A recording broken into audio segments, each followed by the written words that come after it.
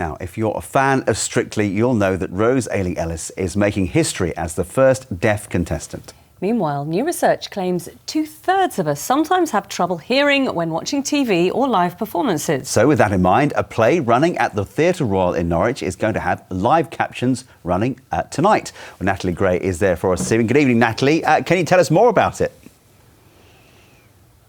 Yes, good evening from the Theatre Royal in Norwich, where people will soon be arriving for the comedy Grown Ups, which promises lots of laughs and giggles. It's a funny farce from the people who brought us the play That Went Wrong. But if you can't hear the gags, then you're not going to have a great night, are you?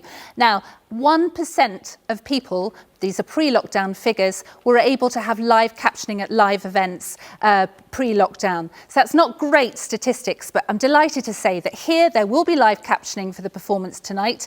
And there are two really discreet screens actually on either side of the stage, which is going to make such a difference to people. One of those people is OLIVIA POWELL from the charity Stage Text. OLIVIA, now your research showed us that we're a deafer nation than we admit to, and in lockdown have relied a lot on subtitles. Yes, we discovered that 24% of people have their subtitles turned on all the time, and a further 26% of people have them turned on some of the time. So we know we've got lots of support out there for more captioning at live theatre.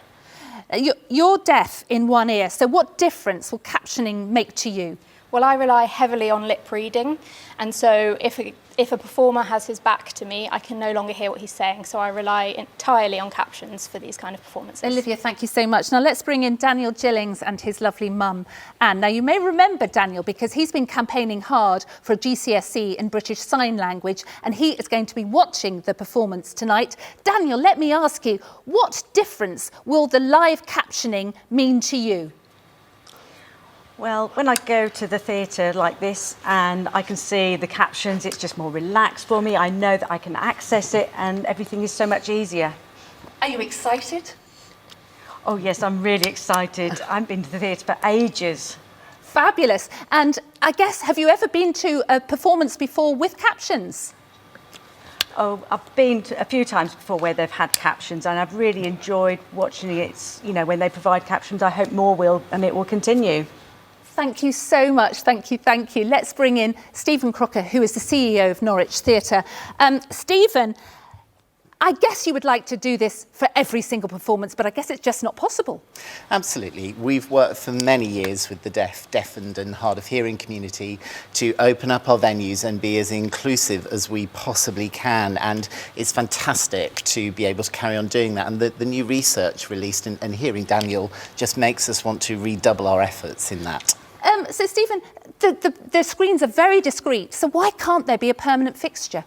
They absolutely could, and that's something that I think we should work towards. I think, you know, it's about working with the artists and companies that bring their work to us to encourage more people making work, to make captioning intrinsic to that artistic work so that as many people can access that as possible, alongside other elements of our access programming like audio description and BSL too. Stephen, thank you so very much indeed. By the way, it's 21 years since the first ever Captions performance in the UK. That was in the Barbican in London. So we've got a long way to go. Thanks, Natalie. That is fantastic. That set looks great, doesn't it? It does look really good, yeah. And what a fantastic idea. Let us know if you go and it helps you.